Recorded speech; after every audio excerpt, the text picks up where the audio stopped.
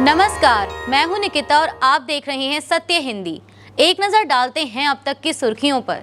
पाकिस्तान ने खारिज किया अमेरिका का आरोप, बोला हमारी रणनीतिक क्षमता पूरी तरह रक्षात्मक है। पाकिस्तान ने अमेरिका के उस बयान को खारिज किया है जिसमें पाकिस्तान की मिसाइल क्षमता से खतरे की बात कही गई थी। पाकिस्तान के विदेश मंत्रालय के प्रवक्ता ताहिर अंद्राबी ने कहा कि हमारी रणनीतिक क्षमता पूरी तरह रक्षात्मक है, जिसका मकसद राष्ट्रीय संप्रभुता की रक्षा करना और दक्षिण एशिया में शांति व स्थिरता बनाए रखना है। पाकिस्तान का मिसाइल कार्यक्रम अंतर्महाद्वीपीय दूरी से काफी कम है, भारत के खिलाफ विश्वसनीय न्यूनतम प्रतिरोध की नीति पर आधारित है। इसके उलट भारत की 12,000 किलोमीटर से ज्यादा दूरी वाली मिसाइल क्षमता का विकास क्षेत्रीय सुरक्षा से आगे जाता है, पड़ोस और बाहर देशों के लिए चिंता का कारण है। बयान में आगे कहा गया कि पाकिस्तान अमेरिका के साथ सकारात्मक बातचीत के लिए प्रतिबद्ध है, जो आपसी सम्मान, निष्पक्षता और सही तथ्यों पर आधारित हो। पाकिस्तान बना रहा अमेरिका को दहलाने वाली मिसाइलें, अमेरिकी संसद में खुफिया चीफ का खुलासा, भारत पाकिस्तान में परमाणु युद्ध का खतरा बरकरार, यूएस खुफिया रिपोर्ट। अमेरिका की खुफिया चीफ तुलसी गबार्ड ने पाकिस्तान को लेकर एक ऐसा खुलासा किया है जिससे पूरी दुनिया में हड़कंप मच गया। तुलसी गबार्ड ने अमेरिकी संसद में चेतावनी दी कि पाकिस्तान अब ऐसी मिसाइलें बना रहा है जो सीधे अमेरिका पर हमला कर सकती हैं। गबार्ड के मुताबिक पाकिस्तान अपनी बैलिस्टिक मिसाइलों की रेंज को इतना बढ़ा रहा है कि अमेरिका का कोना कोना उसके निशाने पर आ सकता है।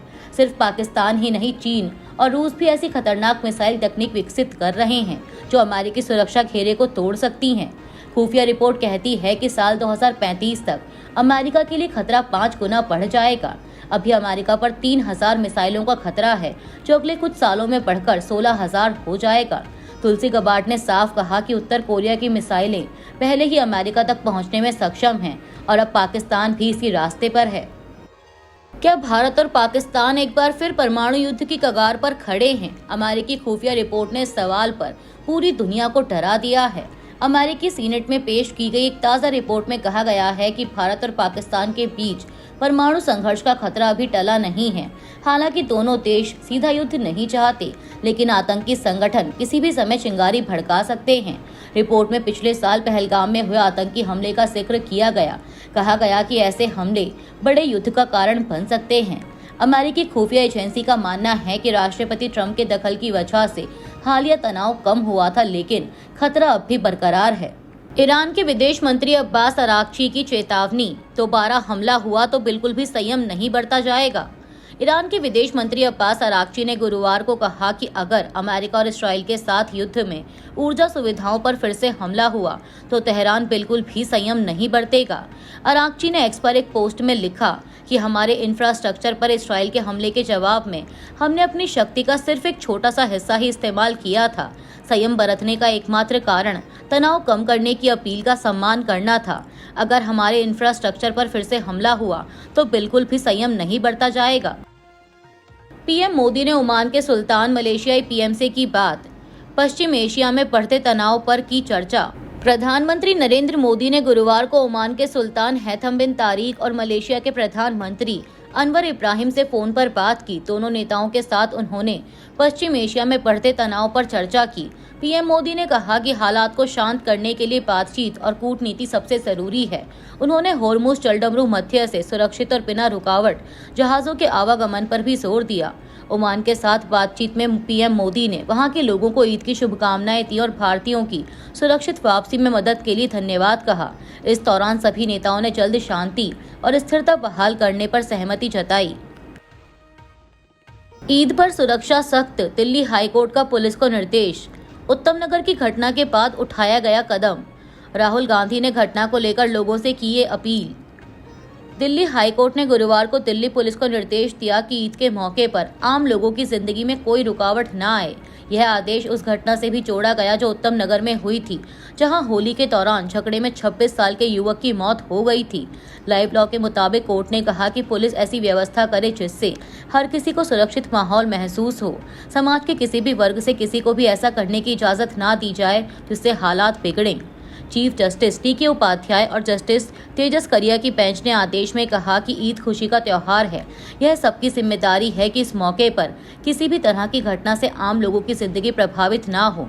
राज्य और खासकर पुलिस की जिम्मेदारी बनती है कि हर नागरिक अपने धार्मिक अधिकार और त्योहार की खुशियां शांति से मना सके।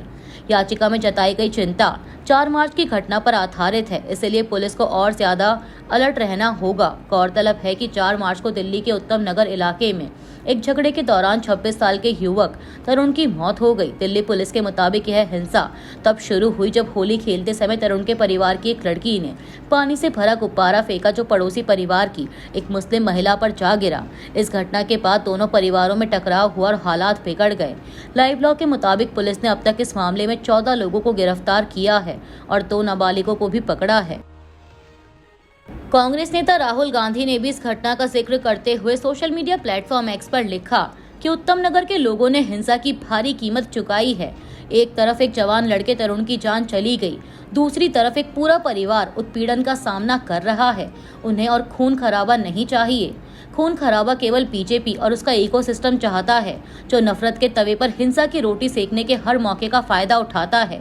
वो चाहते हैं कि देश हिंदू मुसलमान में उलझा रहे, ताकि लोग यह ना पूछ सके कि आखिर प्रधानमंत्री देश की रक्षा, ऊर्जा सुरक्षा, खाद्य सुरक्षा और सामरिक संप्रभुता को अमेरिका के हवाले करने पर क्यों मजबूर है। इसलिए दिन दहाड़े देश की राजधानी में फिर से दंगों जैसे हालात खड़े किए जा रहे हैं। राहुल गांधी ने कहा कि दिल्ली वासियों से अनुरोध है, किसी बहकावे में ना आए। देश की शक्ति हमारी एकता, भाईचारे और मोहब्बत में है। ईरान युद्ध के लिए पेंटागन ने ट्रंप से $200 अरब मांगे। अमेरिका टैंकरों में फंसे ईरानी तेल पर से प्रतिबंध हटा सकता है। खाड़ी देशों में तेल गैस ठिकानों पर हो रहे हमलों पर भारत का बयान। भारत को ड्रोन बनाने में आत्मनिर्भर बनना होगा। राजनाथ सिंह। यूएन महासचिव की अमेरिका इस्राइल से युद्ध खत्म करने की अपील। ईरान पर अमेरिका इस्राइल द्वारा थोपे गए युद्ध के जल्द खत्म होने की संभावना कम दिखाई दे रही है। अमेरिकी मीडिया के मुताबिक अमेरिकी रक्षा विभाग पेंटागन ने व्हाइट हाउस से करीब $200 अरब की अतिरिक्त फंडिंग की मांग की है, क्योंकि अमेरिका मिडिल ईस्ट में और सैनिक तैनात करने की तैयारी कर रहा है। नई फंडिंग की मांग की खबर सबसे पहले अमेरिकी अखबार दी वॉशिंगटन पोस्ट ने दी। रिपोर्ट में कहा गया कि पेंटागन ने इस प्रस्ताव को मंजूरी दिलाने के लिए व्हाइट हाउस के जरिए अमेरिकी संसद में इसे पेश करने की प्रक्रिया शुरू कर दी है। हालांकि व्हाइट हाउस की आधिकारिक प्रतिक्रिया सामने नहीं आई। रिपोर्ट्स के मुताबिक ट्रंप को आशंका है कि डेमोक्रेट सांसद इस मांग का विरोध कर सकते हैं, क्योंकि उन्होंने युद्ध शुरू होने को लेकर ट्रंप प्रशासन की कड़ी आलोचना की थी। बता दें कि इस युद्ध पर पहले ही अरबों डॉलर खर्च किए जा चुके हैं। एक रिपोर्ट के अनुसार संघर्ष के पहले 100 घंटों में ही $3.7 अरब खर्च हो गए, जबकि एक हफ्ते के भीतर $11 अरब से अधिक यूएस टैक्स पेयर्स का पैसा युद्ध में झोंक दिया गया। इस पूरे घटनाक्रम के बीच ईरान के वरिष्ठ नेता और विदेश मंत्री सैयद अब्बास अरागची ने अमेरिका पर तंज कसते हुए कहा है कि वॉशिंगटन अरबों डॉलर खर्च कर रहा है, लेकिन हॉर्मुज की हकीकत नहीं बदल सकता। उन्होंने दावा किया कि युद्ध को लंबा खींचना अमेरिका की रणनीतिक गलती साबित होगा और क्षेत्रीय ऊर्जा सुरक्षा पर इसका उल्टा असर पड़ेगा। ईरानी विदेश मंत्री ने एक्स पर लिखा कि यह युद्ध की पसंद यानी वॉर ऑफ चॉइस है, जो ईरानियों और अमेरिकियों दोनों पर थोपा गया है। इस युद्ध को सिर्फ 3 हफ्ते ही हुए हैं। यह $200 अरब मांगना तो कुल फंड का एक अंश मात्र है। अमेरिकी ट्रेजरी सेक्रेटरी स्कॉट बेसेंट ने गुरुवार को कहा कि अमेरिका जल्द ही टैंकरों में फंसे ईरानी तेल पर से प्रतिबंध हटा सकता है, ताकि वैश्विक आपूर्ति बढ़ाने और कीमतें कम करने में मदद मिल सके। स्कॉट बेसेंट ने फॉक्स बिजनेस नेटवर्क के कार्यक्रम मॉर्निंग्स विद मारिया में बताया कि आने वाले दिनों में हम समुद्र में मौजूद ईरानी तेल पर से प्रतिबंध हटा सकते हैं। यह लगभग 140 मिलियन बैरल है। भारत ने खाड़ी देशों में ऊर्जा ठिकानों पर हो रहे हमलों पर प्रतिक्रिया दी है। विदेश मंत्रालय ने कहा कि एनर्जी इंफ्रास्ट्रक्चर पर हो रहे हमले तुरंत बंद होने चाहिए। विदेश मंत्रालय के प्रवक्ता रणधीर जायसवाल ने कहा कि भारत ने पहले भी कहा था कि नागरिक ढांचे को निशाना बनाने से बचना चाहिए। इसमें ऊर्जा ठिकाने भी शामिल हैं। ऊर्जा ठिकानों पर हुए हाल के हमले बहुत चिंताजनक हैं। यह पहले से ही अस्थिर ऊर्जा स्थिति को और बिगाड़ते हैं। ऐसे हमले अस्वीकार्य हैं और इन्हें तुरंत बंद होना चाहिए। इसके अलावा भारतीय विदेश मंत्रालय ने जानकारी दी कि ऊर्जा के क्षेत्र में भारत से कुछ पड़ोसी देशों ने मदद मांगी है। इनमें बांग्लादेश, श्रीलंका और मालदीव शामिल हैं। रक्षा मंत्री राजनाथ सिंह ने गुरुवार को कहा कि भारत को अपनी रक्षा तैयारियों को मजबूत करने के लिए ड्रोन बनाने का एक मजबूत इकोसिस्टम तैयार करना होगा। उन्होंने रूस, यूक्रेन और ईरान इसराइल के बीच चल रहे संघर्षों से मिले सबक का भी जिक्र किया। एक कार्यक्रम में बोलते हुए राजनाथ सिंह ने जोर देकर कहा कि ये दोनों संघर्ष इस बात को साबित करते हैं कि भविष्य के युद्धों में ड्रोन और ड्रोन रोधी तकनीकें अहम भूमिका निभाएंगी।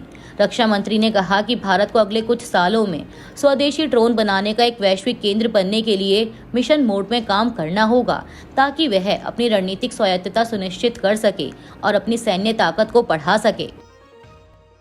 संयुक्त राष्ट्र के महासचिव एंटोनियो गुटेरस ने गुरुवार को अमेरिका और इस्राएल से युद्ध रोकने की अपील की और ईरान से अपने पड़ोसियों पर हमला बंद करने को कहा। यूरोपीय संघ के नेताओं से मुलाकात के बाद ब्रसेल्स में पत्रकारों से बात करते हुए एंटोनियो गुटेरस ने कहा कि अब समय आ गया है कि इस युद्ध को खत्म किया जाए, क्योंकि इसके पूरी तरह से बेकाबू होने का खतरा बढ़ता जा रहा है। उन्होंने होर्मुज जलडमरू मध्य को बंद करने का सिलसिला खत्म करने की भी अपील की, क्योंकि इससे वैश्विक अर्थव्यवस्था को खतरा पैदा हो रहा है। कांग्रेस ने केंद्र सरकार के नए उच्च शिक्षा विधेयक विकसित भारत शिक्षा अधिष्ठान यानी VBSA बिल 2025 का विरोध करते हुए इसे संघीय ढांचे पर हमला बताया है। कांग्रेस नेता जयराम रमेश ने इस बिल पर 7 बड़ी आपत्तियां जताई और कहा कि राज्यों से बिना सलाह लिए यह विधेयक लाया गया है। उनका आरोप है कि इससे शिक्षा पर केंद्र का नियंत्रण बढ़ेगा और राज्यों के अधिकार कम होंगे। कांग्रेस का कहना है कि इस बिल से यूनिवर्सिटी ग्रांट्स कमीशन और all India council for technical education जैसी संस्थाओं की शक्तियां घटेंगी और फंडिंग का अधिकार मंत्रालय के पास चला जाएगा। साथ ही IIT और IIM जैसे स्वायत्त संस्थानों की स्वतंत्रता पर भी असर पड़ सकता है। कांग्रेस ने मांग की है कि इस विधेयक पर व्यापक चर्चा और राज्यों से परामर्श किया जाए। अभी के लिए इतना ही। बाकी की देश दुनिया की बड़ी खबरों के लिए जुड़े रहिए सत्य हिंदी के साथ।